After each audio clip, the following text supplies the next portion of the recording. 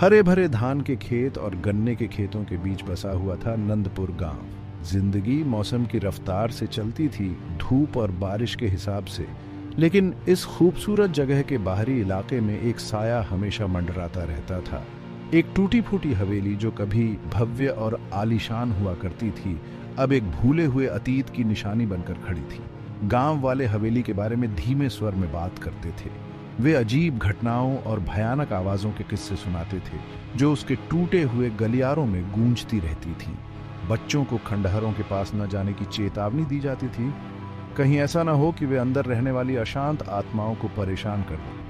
हवेली की ढहती दीवारें जो मजबूत लताओं से ढकी हुई थीं, ऐसे रहस्य छुपाए हुए थीं जो केवल हवा ही बता सकती थी। टूटी हुई खिड़कियां खाली आंखों की तरह दुनिया को बेसुध देख रही थी। कभी जीवंत रहने वाला आंगन जो अब जंगली पौधों का जंगल था, एक गहरे कुएं को छुपाए हुए था जिसका काला मुंह चांदनी को निगल रहा था। गांव वालों के लिए हवेली एक भूतिया जगह थी, अतीत की एक यादगार निशानी जिसे अछूता छोड़ देना ही बेहतर था। लेकिन चार दोस्तों आर्यन, सिया, वीर और नंदिनी के लिए यह एक चुनौती थी, रहस्य और रोमांच का एक निषिद्ध खेल का मैदान। आर्यन, जो खुद को ग्रुप का लीडर मानता था, उसे एक्साइटमेंट बहुत पसंद था। सिया अपने तेज दिमाग और उससे भी तेज जुबान के साथ हमेशा एक चुनौती के लिए तैयार रहती थी। वीर, जो शांत ऑब्जर्वर था, उसमें अनदेखी चीजों को भांपने की अद्भुत क्षमता थी। और नंदिनी, ग्रुप की स्टोरी टेलर, ऐसी कहानियां बुनती थीं जो मनोरंजक और डरावनी दोनों होती थीं। एक उमस भरी दोपहर, जब वे बरगद के पेड़ की छाया में भीषण गर्मी से राहत पा रहे थे, तो बातचीत, जैसा कि अक्सर होता था, निषिद्ध हवेली की ओर मुड़ गई। क्या आपने टूटी खिड़कियों से हवा की फुसफुसाहट सुनी है? कहते हैं कि यह ठाकुर की पत्नी के रोने की आवाज है, जो अपने खोए हुए प्यार का शोक मना रही है। बस बूढ़ी औरतों की कहानियां जो बच्चों को डराने के लिए बनाई गई हैं। आर्यन ने अपनी बहादुरी दिखाने का मौका भांपते हुए अपनी छाती फुला ली। क्या होगा अगर हम आज रात वहां जाएं? बस अपने लिए देखने के लिए।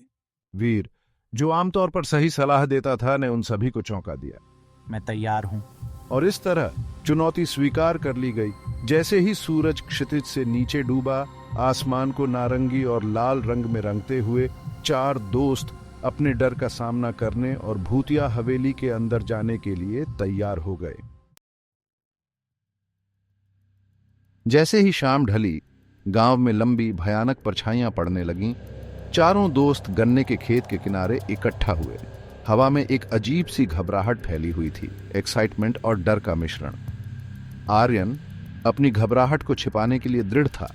उसने एक स्वैगर अपनाया क्योंकि वह आगे बढ़ रहा था। सिया, उसकी बातचीत कम हो गई थी, उसने नंदिनी का हाथ कसकर पकड़ रखा था।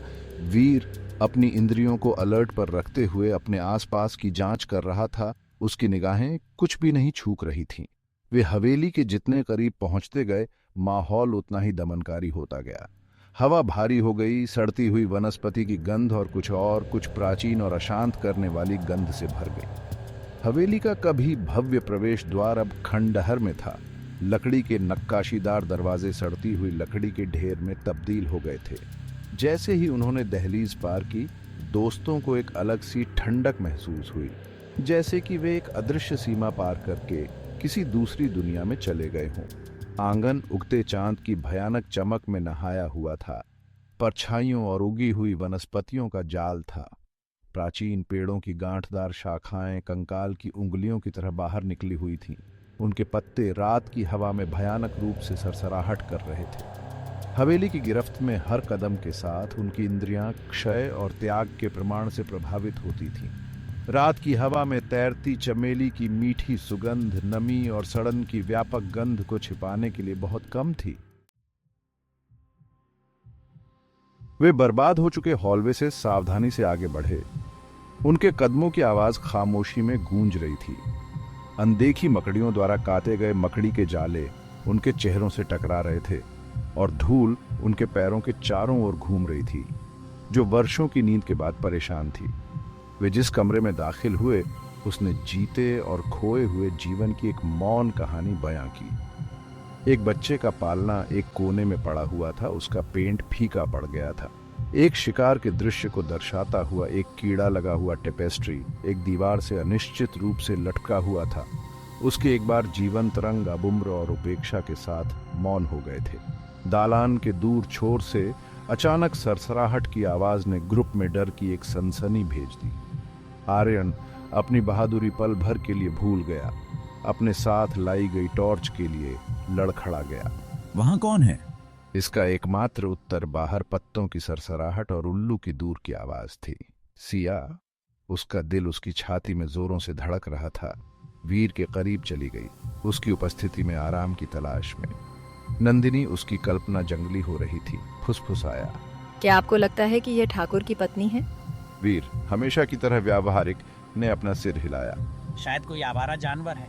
लेकिन वह भी अपनी आवाज में बेचैनी को पूरी तरह से छिपा नहीं सका। दोस्त आगे बढ़े, उनका शुरुआती साहस बेचैनी की बढ़ती भावना को रास्ता दे रहा था। ऐसा लग रहा था कि हवेली उन पर बंद हो रही है। उनकी अपनी सांसों की आवाज और उनके दिलों की धड़कन की आवाज के अलावा और कोई आवाज नहीं है। वे हवेली के बीच में पहुंचे, जहां एक बार भव्य आंगन रात के आकाश के लिए खुला था। यहाँ की हवा और भी भारी लग रही थी, एक दमनकारी ऊर्जा से भरी हुई थी जो उन पर भौतिक भार की तरह दब रही थी। आंगन के बीच में एक पुराना कुआं था, जिसका पत्थर का किनारा उम्र के साथ टूट रहा था। कहा जाता था कि कुआं अथाह है, दूसरी दुनिया का रास्ता है और हवेली को त्रस्त करने वाली अजीब घटनाओं का स्रोत है। क्या तुम्हें यह महसूस हो रहा है? ये लगता है ठंडा। आर्यन, उसका साहस लौट आया, कुएं के किनारे के करीब गया और उसकी गहराई में झांका। चांदनी कुएं के अंधेरे में नहीं घुसती थी, जिससे ऐसा लगता था जैसे कोई खाई उन्हें पूरा निगलने के लिए तैयार है। वहां कुछ भी तो नहीं है। लेकिन जैसे ही उसने यह कहा, कुएं की गहराई से एक धीमी सी आवाज आने लगी, जिससे उनकी रीढ़ की हड्डी में सिहरन दौड़ गई। विलाप तेज होता गया, एक शोकपूर्ण विलाप में बदल गया जो आंगन में गूंज रहा था। ऐसा लग रहा था जैसे उनकी हड्डियों में समा रहा हो। उनके गले के पीछे के बाल अंत तक खड़े थे और एक आदिम भय, अज्ञात से पैदा हुआ, उनके दिलों को जकड़ लिया। दोस्त डर के मारे लकवाग्रस्त एक साथ करीब आ गए। उनकी निगाहें आंगन के चारों ओर घूम रही थीं, ठंडी आवाज के स्रोत की तलाश में। विलाप हर जगह से आ रहा था और एक बार में कहीं नहीं उन्हें घेरे हुए उनका दम घोंट रहा था। फिर जैसे ही अचानक शुरू हुआ था, विलाप बंद हो गया। आंगन में एक भयानक सन्नाटा छा गया, केवल उनकी खुद की कटी हुई सांसों की आवाज सुनाई दे रही थी। तनाव लगभग असहनीय था, मानो हवा खुद ही अपनी सांस रोक रही हो। किसने मेरे आराम में खलल डाला? आवाज प्राचीन थी, एक ऐसे दुख और क्रोध से भरी हुई थी जो समय से परे थी। दोस्तों, उनका खून ठंडा हो रहा था। उन्होंने भयभीत निगाहों का आदान प्रदान किया। वे डर से परे थे, चीखने की क्षमता से भी परे थे। हाँ, हमें कोई अनादर करने का इरादा नहीं था, हम बस जा रहे थे। जा रहे हो, लेकिन हमारी मुलाकात अभी शुरू हुई है। जैसे ही आखिरी शब्द रात में फीके पड़ गए, कुएं की गहराई से एक आकृति उठने लगी। कुएं से धीरे धीरे आकृति उभरी, एक धुंध में डूबी हुई जो चांदनी में घूम रही थी और नाच रही थी। ये लंबा और दुबला पतला था, इसका रूप अस्पष्ट था, लेकिन इसकी आंखें दूसरी दुनिया की रोशनी से जल रही थीं, अंधेरे से छेद रही थी, दोस्तों को बंदी बना रही थी। आतंक, कच्चा और आदिम ने उनका उपभोग करने की धमकी दी। सिया ने अपना चेहरा नंदिनी के कंधे में दबा लिया, प्रेत से अपनी निगाहें हटाने में असमर्थ थी।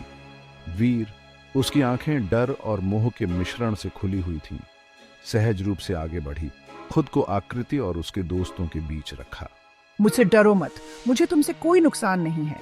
जैसे ही आकृति बोली, उसके चारों ओर की धुंध छंटने लगी, जिससे एक आदमी का रूप प्रकट हुआ। उसने एक बीते युग की महीनता पहनी हुई थी। उसके कपड़े, हालांकि समय के साथ फीके पड़ गए थे, धन और विशेषाधिकार के जीवन की बात करते थे। मैं इस हवेली का ठाकुर हूँ, मैं सदियों से इस जगह से बंधा हुआ हूँ, अपने ही अतीत का कैदी।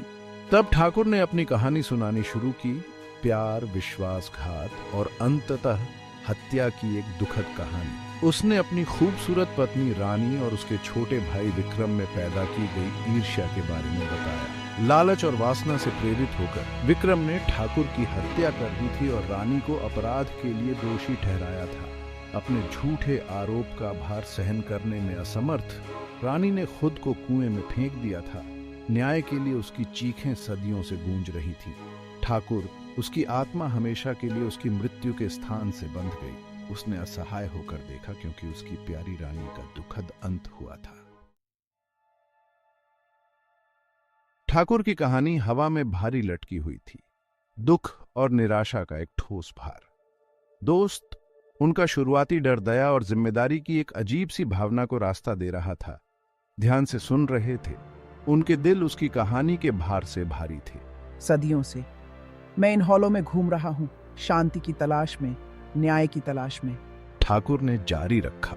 उसकी आवाज एक धीमी बड़बड़ाहट थी जो हवेली की दीवारों से रिसती हुई प्रतीत हो रही थी। लेकिन मेरी कहानी, मेरी रानी की कहानी भुला दी गई है, समय के साथ खो गई है। उसने अपनी दुखी निगाहें चार दोस्तों की ओर घुमाई। उसकी आंखें एक भयानक रोशनी से चमक रही थीं, उनकी आत्माओं में छेद करती हुई प्रतीत हो रही थीं। तुम 100 सालों में इस जगह में प्रवेश करने वाली पहली जीवित आत्माएं हो। मुझसे वादा करो कि तुम हमारी कहानी को मरने नहीं दोगे। मुझसे वादा करो कि तुम दुनिया को बताओगे कि यहाँ क्या हुआ था।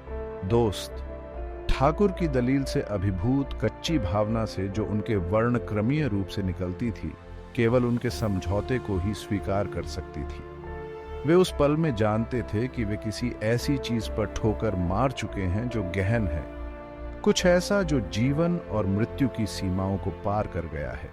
हम वादा करते हैं ठाकुर साहब, हम आपकी कहानी जरूर बताएंगे। ठाकुर ने धीरे से सिर हिलाया। कृतज्ञता की एक झिलमिलाहट ने उसके चेहरे पर सदियों से उकेरे हुए दर्द को पल भर के लिए मिटा दिया। धन्यवाद। आपने मुझे वह दिया है जिसकी तलाश में मैंने बहुत पहले उम्मीद छोड़ दी थी, शांति। जैसे ही उसने बात की, ठाकुर का रूप झिलमिलाता हुआ फोकस से बाहर और अंदर जाने लगा, जैसे किसी अशांत तालाब में प्रतिबिंब।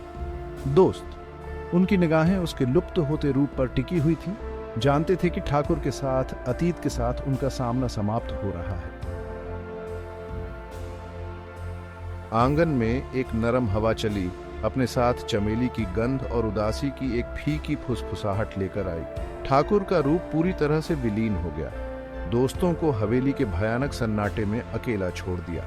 एक पल के लिए वे वहीं खड़े रहे जहां वे थे। ठाकुर की कहानी, उनके दर्द और उनकी दलील का भार उन पर एक शारीरिक बोझ की तरह दब रहा था।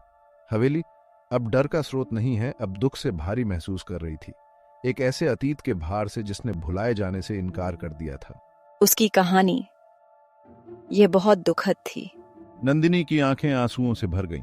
उसकी आवाज भावना से कांप रही थी। कोई बात नहीं, हम उसकी कहानी जरूर सुनेंगे। सिया, आम तौर पर मजाक के साथ इतनी तेज, दूर से अलौकिक किसी भी चीज को खारिज करते हुए नंदिनी के चारों ओर अपनी बाहों को फेंककर उन सभी को आश्चर्यचकित कर दिया। वीर हमेशा की तरह शांत पर्यवेक्षक बस सिर हिलाया। उसकी निगाहें उस जगह पर टिकी हुई थीं जहां ठाकुर कुछ क्षण पहले खड़ा था। वह किसी से भी ज्यादा उस वादे के भार को समझता था जो उन्होंने किया था। हम सबको बताएंगे। ठाकुर और रानी अपनी कहानी बताने के लायक हैं। जैसे ही वे हवेली से जाने के लिए मुड़े, भोर की पहली किरणें क्षितिज पर टूट रही थीं। लंबी परछाइयां डाल रही थीं जो गांव की ओर फैली हुई थीं, मानो उन्हें घर बुला रही हों। दोस्त अतीत के साथ अपनी मुलाकात से हमेशा के लिए बदल गए, चुपचाप चले गए। उनके कदम आने वाले दिन की खामोशी में गूंज रहे थे।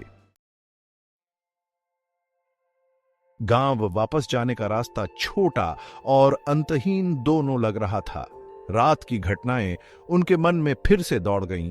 प्रत्येक विवरण उनकी यादों में एक स्पष्टता के साथ अंकित हो गया जो असली पर सीमाबद्ध था। वे गांव के बाहरी इलाके में पहुंचे ही थे कि जीवन के पहले लक्षण दिखाई देने लगे थे।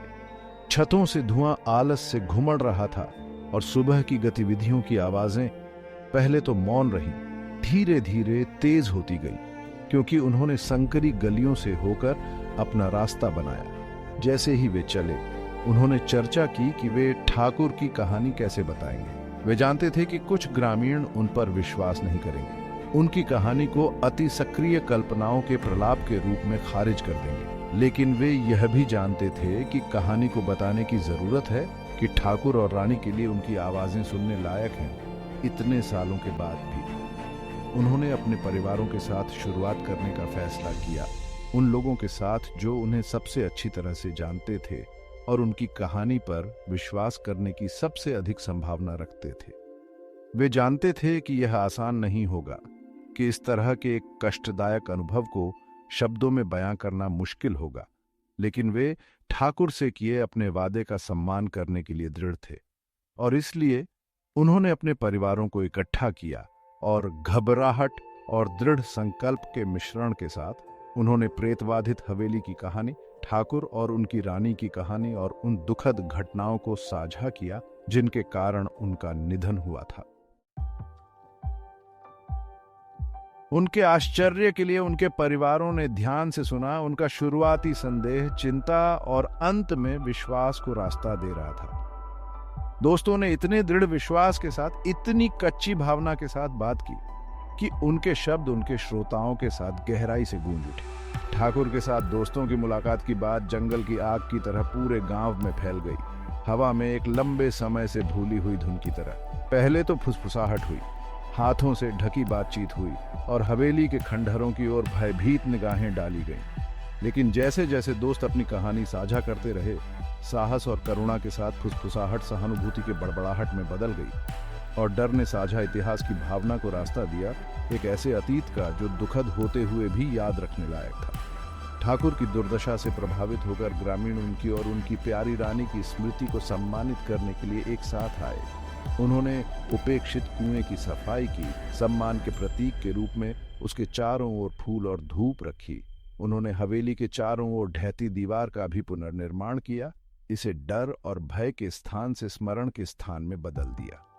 और इसलिए प्रेतबाधित हवेली, जो कभी भूले हुए अतीत का प्रतीक थी, एक ऐसी जगह बन गई जहां नंदपुर के ग्रामीण अपना सम्मान व्यक्त करने, ठाकुर और उनकी रानी को याद करने और प्यार की स्थायी शक्ति का सम्मान करने आते थे और त्रासदी का सामना करने पर भी न्याय की तलाश का महत्व। दोस्तों के ठाकुर की कहानी को साझा करने के साहसी कार्य ने न केवल एक बेचैन आत्मा को शांति प्रदान की थी, बल्कि एक शक्तिशाली अनुस्मारक के रूप में भी काम किया था कि अतीत हालांकि चला गया है, वास्तव में कभी नहीं भुलाया जाता है।